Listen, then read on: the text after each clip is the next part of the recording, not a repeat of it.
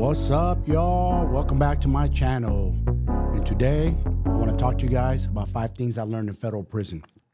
Before I start, though, please subscribe, like, and comment. Hopefully, you guys are liking the channel. I see everybody following, commenting, piping in. My channel's growing, so thank you very much for the support. Let me give you guys a quick rundown real quick. So, back in 2003, I had to serve a 48-month sentence in federal prison, which I ended up doing about just under 3 years. So I landed in federal prison, and I quickly had to learn how to adapt.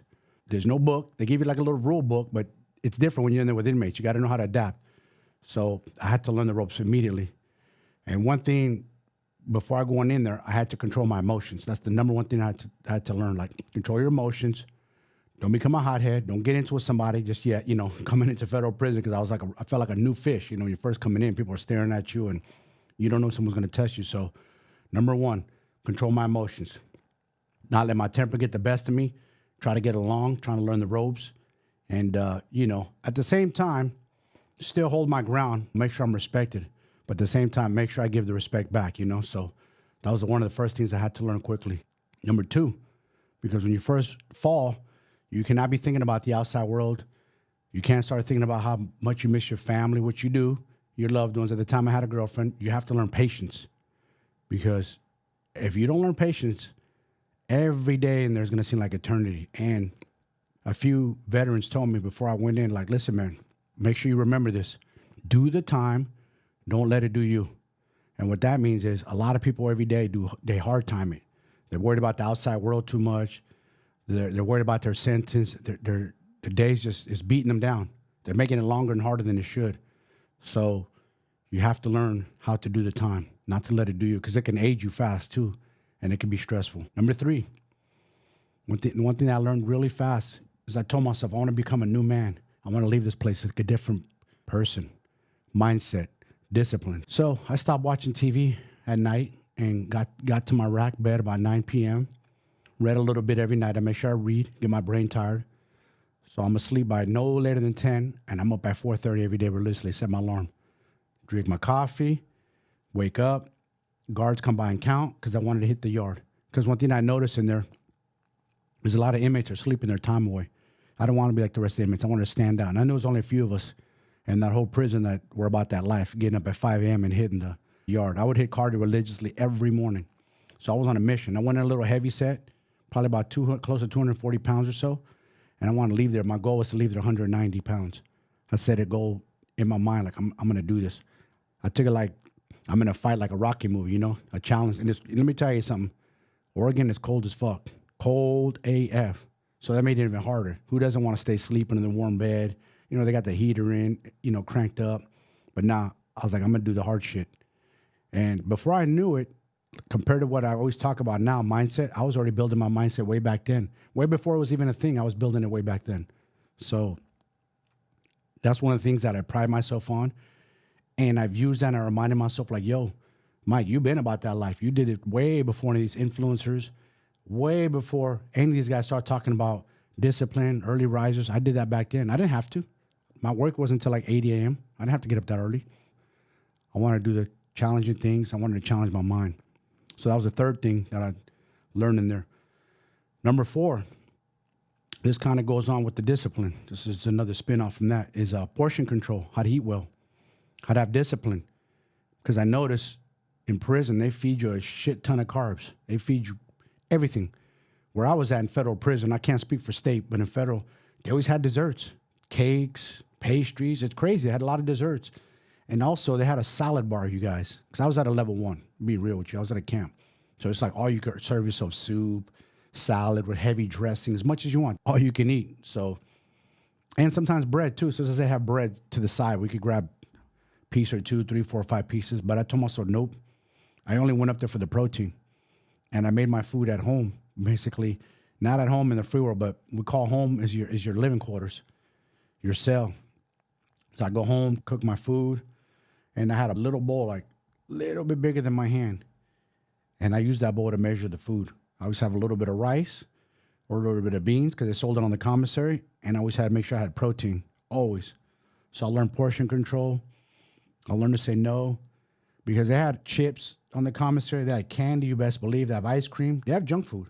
It's surrounded. Actually, when they had cinnamon rolls, like on the weekends, on a Sunday or something, big old cinnamon roll. And let me tell you something. Those things were good because I'd have them every once in a blue moon, but I would trade it for people's protein. Like, let me get your chicken or something. You know, I would barter in there with people because I wanted their protein. So that's one thing that I carry till today is when I have fallen off out here, because there's temptation everywhere. Let's be honest. There's, here in the free world, you're tempted by food all over the place. Fast food, junk food, it's everywhere. Food is like worse than drugs. Fast food places, 7-Elevens everywhere. If you look at today's gas stations, they're pretty much all mini marts, all food marts now. So you can get food everywhere. So there's a lot of temptation around you. So I learned how to, do my own program. And that also helped me do the time. Again, I'm going to go back to do the time, don't let it do you. I mean, if my body's strong, my mind is strong because I suffer. You know, I do have mental health issues. Sometimes, some days will get the best of me where I started hard timing it in there. Usually be like the weekend because it's slow. We're not working. So I'd have to be structured. I learned also structure is another thing I learned, how to structure your time, how to keep your day busy. I'm one of those people who operate much better in life when I'm busy. I can't have a lot of time on my hands, and my mind starts getting the best of me.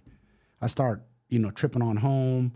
At the time I had a girlfriend, I stopped worrying about what the hell she's doing too much. Just too much stuff that makes my time harder. So I had to keep myself occupied and busy. Because, again, it's not that I forgot about the outside world. I kept in touch with my family, friends, but I can't worry about what's going on out there. I'm in there. There's nothing I can do. It sucks, but you're just kind of a sitting duck. Number 5, another thing that I learned, community living. That's a tough one. Dormitory living. 32 of us in a dorm. Hard to get along. Everybody lives differently. Some of us are clean. Some of us are slobs. We have some pretty overweight dudes in there, man. Some obese dudes. And sometimes they were nasty, to say the least, Sometimes they pass the gas, or some of those dudes snore loud at night. So it's hard, It's hard to live in a dormitory with a bunch of different dudes. Get along. Also, you have to get along when you're in the TV room. Everybody kind of had their arranged seats. You kind of have to agree what programs to watch so no one fights over the TV. Because that's one thing I told myself, I'm not going to fight over the TV. It's not that important. Yeah, I like to watch TV a little bit of downtime, but I was so busy. My TV time was usually after the day was done, after my afternoon, evening workout was done, shower, I eat dinner, and then I watch a little TV, wind down, and then I go to my rack to read. But you had to learn community living. It was a trip, I've had to do that a few times. I've been in jail quite a few times, but that was a little different because you're in a big old community, 32 guys in a dorm. That's just one dorm, and then the building that I was in is over 300 inmates. So you guys got to share the microwave.